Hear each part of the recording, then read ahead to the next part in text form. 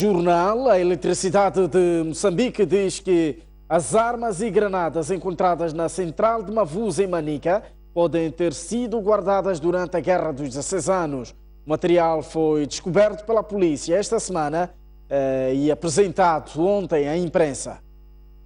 São duas armas de fogo do tipo AK-47, todas aparentemente em bom estado. Foram ainda encontrados carregadores, vários pacotes de munições e granadas. O material bélico estava neste cofre na casa de hóspede da Eletricidade de Moçambique, junto à Central Elétrica de Mavusa, na província de Manica. O material foi descoberto por trabalhadores que reabilitam a casa, os quais logo chamaram a polícia. Esta apreensão foi possível graças a uma denúncia e logo que recebemos a denúncia, a polícia, portanto, fez-se ao local com vista a verificar o que estava a acontecer e, portanto, encontrou-se lá esse material.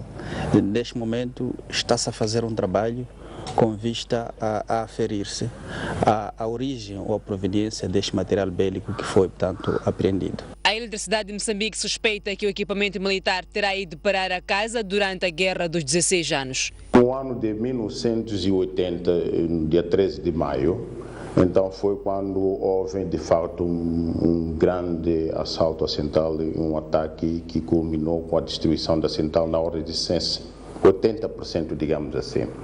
Tanto a central foi dinamitada e logo a seguir a isso, tanto o governo, a EDM e o governo trataram de solicitar uma cooperação internacional para ver se reanimavam a central. Portanto, estava totalmente parada e, portanto, para reoperacionalizar a central. A EDM não tem certezas das origens do material bélico, mas adianta que pode ter sido adquirido para proteger a central elétrica de Mavusa durante a Guerra Civil. Presumo, portanto não posso confirmar isso, presumo que nessa altura as autoridades aqui locais, quer governamentais, deveriam ter criado, portanto, um esquema qualquer de segurança em que talvez pudessem ter com eles aqui o porte de armas. Mas como este armário sempre esteve fechado, e este aqui é uma zona é casa de hóspede, normalmente não teve uma ocupação efetiva, o armário sempre fechado até, portanto, até a presente data em que de fato fomos ver que afinal de contas dentro dela havia o equipamento bélico. As armas, carregadores, munições e granadas foram recolhidos para o Comando Provincial de Manica. Homens armados supostamente da Renamo assassinaram o Régulo Muxungue no distrito de Chibabava, na província de Sofala. A governadora de Sofala, Helena Taipo, condenou hoje o ato e apelou ao diálogo. O Régulo Muxungue, cujo nome oficial era Macote José Mafusse, foi morto pouco depois das 19 horas de ontem, em frente à sua própria residência, que fica localizada a cerca de 4 km da Estrada Nacional número 1 e do posto administrativo de Muxungue, distrito de Chibabava. De acordo com dados em nossa posse, o Régulo Muxungue encontrava-se sentado de frente da sua residência quando homens armados, apontados pelas autoridades como sendo da Renamo, em número ainda não identificado e empunhando armas do tipo AK-47, invadiram o seu quintal e mesmo de frente dos seus familiares com quem se encontrava na altura, dispararam 2 tiros contra ele e saíram pelas costas. O Régulo morreu poucos minutos depois. O corpo foi depois transportado pelas autoridades locais até a morgue do Hospital Rural de Muxungue, onde se encontra depositado até este momento. Na manhã desta sexta-feira, a governadora de Sofala, que se encontra de visita no distrito de Caia, convocou a imprensa para lamentar profundamente a morte trágica de um dos líderes mais influentes da província de Sofala. Tomamos conhecimento da trágica notícia do desaparecimento físico do Sr. Macotor José Mafusse, conhecido por Régulo Muxungue, vítima de baleamento perpetrado pelos homens armados da Renamo. Lamentamos profundamente este ato bárbaro e estamos completamente angustiados com a forma brutal como o incidente ocorreu. Na mesma conferência de imprensa, a governadora de Sofala encorajou, entretanto, aos outros líderes e a população em geral a continuar firme na luta em prol do desenvolvimento. Entristece-nos ainda mais quando um filho mata o seu próprio pai, pois o líder da Renamo é natural de Chibabava. O seu pai biológico vive a escassos metros da casa do malogrado. Helena Taipo terminou apelando mais uma vez a Renamo para depor as armas e aceitar o diálogo com o chefe do Estado. Renamo nega que tenha morto o Régulo Muxungue e acusa as forças governamentais de o terem feito. Renamo acusa ainda o governo de estar a atacar a Serra da Gorongosa com o objetivo de matar Afonso Dhlakama.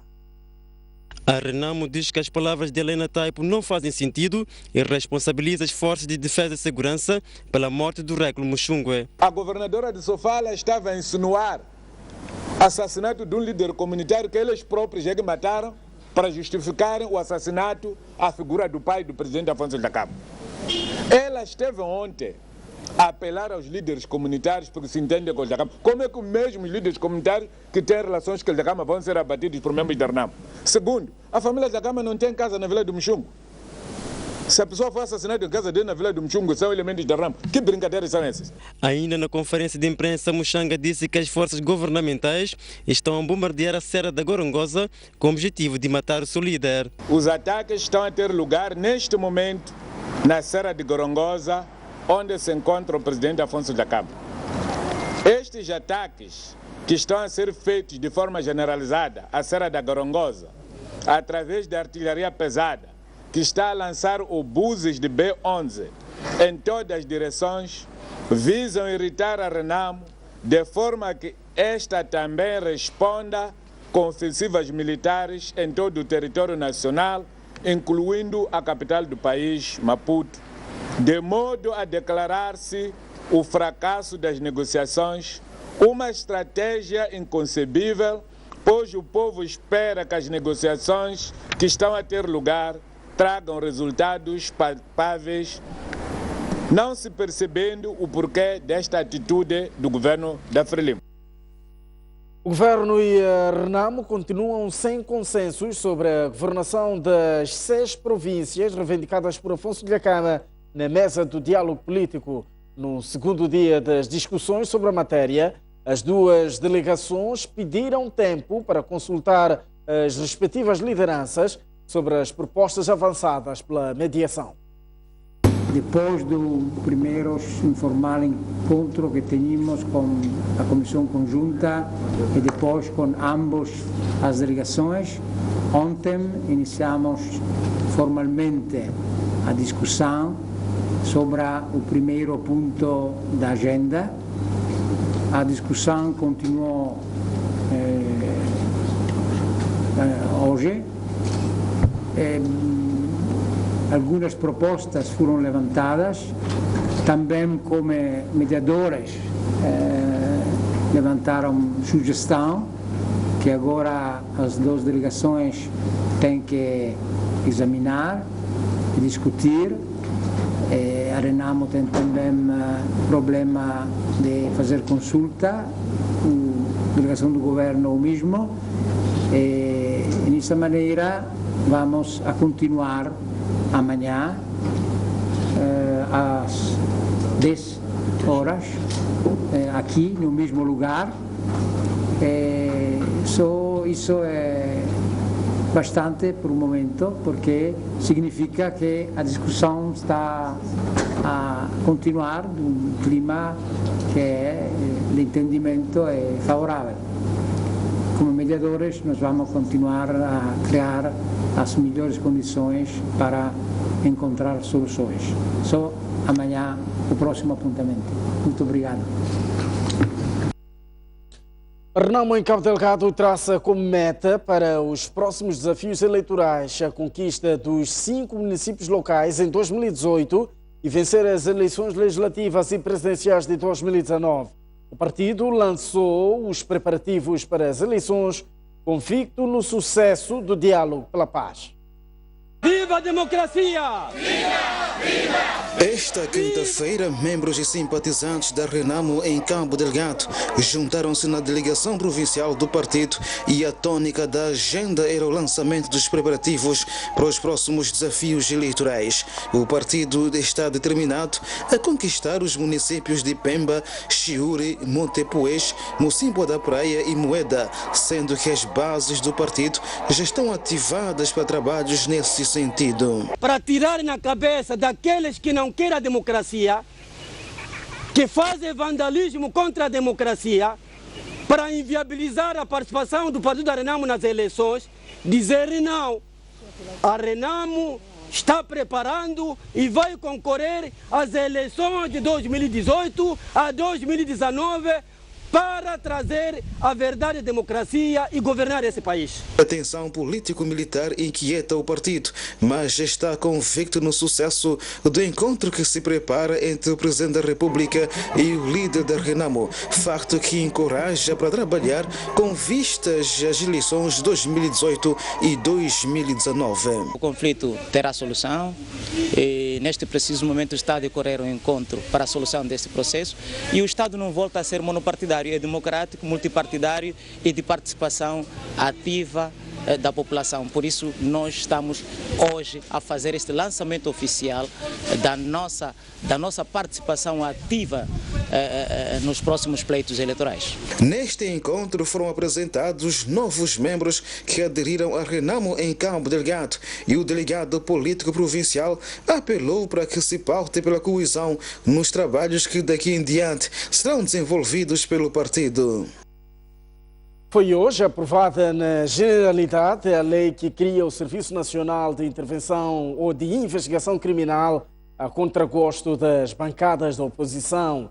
A maioria da Frelimo votou a favor da tutela de investigação criminal ao Ministro do Interior e justifica que o instrumento já era necessário no combate ao crime. O debate da proposta de lei que cria o Serviço Nacional de Investigação Criminal voltou a dividir as bancadas da Assembleia da República. A Renamo e o MDM são contra a tutela do Cernic pelo Ministro do Interior e dizem que devia ser um órgão tutelado pelo Ministério da Justiça ou mesmo pela Procuradoria-Geral da República. Efetivamente, a investigação criminal está ligada ao Ministério Público e aos tribunais. E estando estas entidades ligadas ao Ministério da Justiça, é lícito que o Serviço de Investigação Criminal esteja tutelado pelo Ministro da Justiça. Ainda mais, há que considerar que o Cernic, apesar de ser de natureza policial, difere dos restantes ramos da PRM, por esta ser uma entidade que não se limita a garantir a lei, a ordem e a salvaguarda de pessoas e bens, a tranquilidade pública, mas também é a entidade que faz a investigação criminal e auxilia o Ministério Público na instrução preparatória dos processos crimes e, em algumas vezes, juiz de instrução criminal.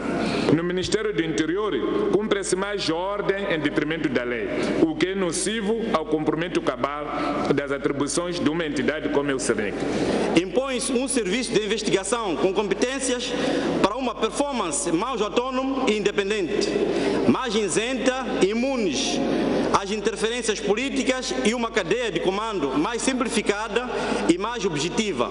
Reiteramos que urge que a Polícia de Investigação Criminal seja credibilizada e devolvida à sua dignidade, sendo vertida em polícia judiciária como um forte pilar do Ministério Público, colocando sob tutela administrativa e funcional ao Ministério Público, por forma a dar forma e corpo ao conteúdo do artigo 236 da Constituição da República. Já a Frelimo diz que o instrumento legal deve imprimir celeridade na investigação de crimes e entende que a tutela pelo Ministro do Interior vai permitir responsabilização no funcionamento do Cernic. A tutela do Ministro não se confunde com a tutela pelo Ministério, nem com a subordinação ao Ministério, pois a tutela pelo Ministro assenta numa relação jurídica entre duas pessoas diferentes.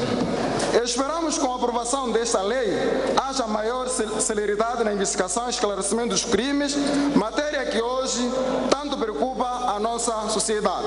E porque a Frelimo é a bancada maioritária no Parlamento, a lei que cria o Serviço Nacional de Investigação Criminal foi esta sexta-feira aprovada na Generalidade, devendo nos próximos dias ser debatida e aprovada na especialidade.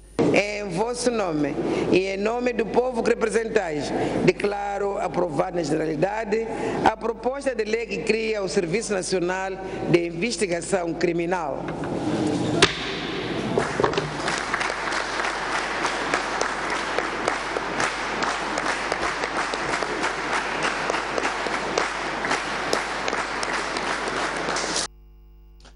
Ministro da Justiça, Assuntos Constitucionais e Religiosos, Isaac Xande, diz que nenhuma tutela será perfeita, mas que a proposta do governo é a mais adequada para a atual situação do país. Isaac Xande defende que a mudança realizada é é um grande passo e avança que é natural que haja percepções diferentes sobre a investigação criminal.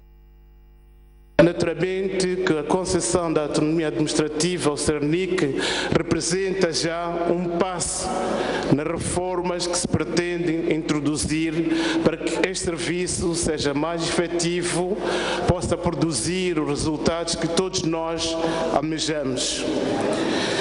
Podemos naturalmente discutir várias ideias sobre este serviço. Isso, do meu ponto de vista, é salutar. Mas devemos naturalmente reter um aspecto que é fundamental. Os modelos de integração do serviço de investigação criminal, seja na polícia, seja no Ministério da Justiça. Não há nenhum destes modelos que seja perfeito. O que o governo trouxe para aqui, para a discussão, é encontrar um modelo que seja o mais adequado para a situação atual do país. Um processo de reformas como este tem que ser feito gradualmente e é já um grande passo, o passo a ser proposto.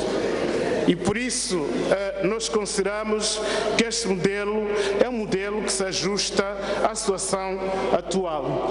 E é um modelo que naturalmente se adequa àquilo que é a realidade da integração destes serviços ao nível da região da SADC.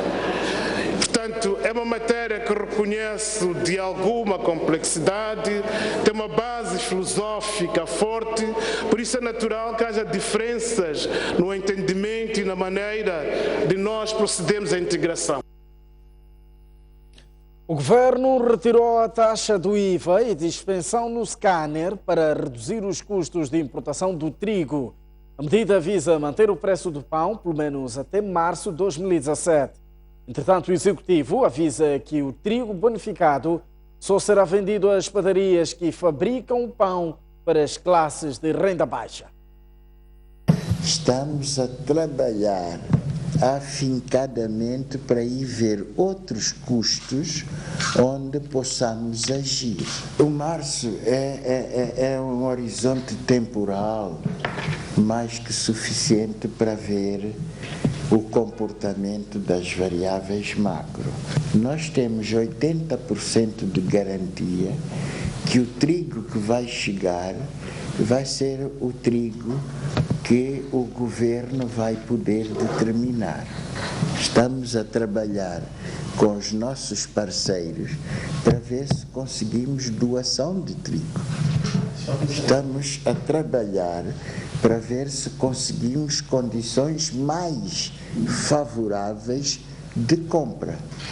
A nossa preocupação é olhar o processo e ter certeza que o pão produzido na padaria vai ser vendido às pessoas com menos renda. Essas padarias que reunirem estas características e que nos deem garantias vão ter acesso ao trigo de preço bonificado. As outras padarias, vou dar um exemplo, eu compro na Panáfrica, estou a fazer propaganda, mas eu não olho se o pão custa 5 ou 6. Então, esta farinha, ao qual o Estado se preocupa, não vai entrar na Panáfrica, porque a Panáfrica vende o pão ao preço de mercado. Os economistas Eduardo Sengo e Constantino Marangula defendem que as medidas do Banco de Moçambique não vão alterar as dificuldades que o país atravessa atualmente. Os economistas dizem que o caminho é um entendimento político entre Filipe Nyusi e Afonso Dhlakama e um acordo com o FMI. Os produtores estão no mercado, de certa forma, serão até expulsos do mercado, porque isto vai provocar a ter estruturações de dívida, porque se a pessoa não consegue pagar, a empresa não consegue pagar, vai ter que ser revisto o seu empréstimo. Se não é revisto o empréstimo, é um incumprimento e esse incumprimento vai obrigar os bancos comerciais a terem que aumentar as suas provisões. Portanto, os próprios bancos comerciais também vão sofrer. A economia moçambicana está doente neste momento e os cortes que foram anunciados em momentos quase juntos, há pouco tempo recebemos a informação dos 50% e depois agora este ajustamento cria expectativas negativas sobre a economia e piora a situação, não pode melhorar a situação. Vamos dar uma trégua durante um mês, vamos ver para onde vai, portanto, este diálogo. E esse aspecto é crucial. O turismo hoje está como está porque não é possível circular. Os transportes estão como estão porque não é possível circular. Qual é o empresário que vai ter coragem de hoje em dia de ir ao banco e pedir emprestado dinheiro para investir nos transportes? Nenhum. Fechar a questão da paz, fechar a questão com os doadores e provavelmente aí podemos dizer que ok, em 2017, primeiro trimestre, teremos os resultados que se deseja. Mas também é preciso pensar, estas medidas estão a apanhar um paciente. Eu não sei se o paciente estará bem até lá. Em termos de futuro, quem mais sofre são os setores produtivos, como estávamos aqui a falar. Porque os setores produtivos, a sua rotatividade é muito baixa, a sua taxa de retorno também é baixa. O que o país está a sofrer neste momento é que estas fontes secaram. Os doadores têm um problema que têm e não querem disponibilizar os recursos. O investimento direto estrangeiro não pode vir porque as expectativas, há o problema da tensão político-militar, mas há o problema também das expectativas em relação ao tipo de investidores que nós recebemos, vem diretamente para o setor dos recursos naturais. E neste momento os preços dos recursos naturais não estão lá grande coisa, não são atrativos. Então, este casamento de elementos não digamos, cria um problema para a nossa base de divisas. Vamos a mais uma curta pausa, vai ser a última desta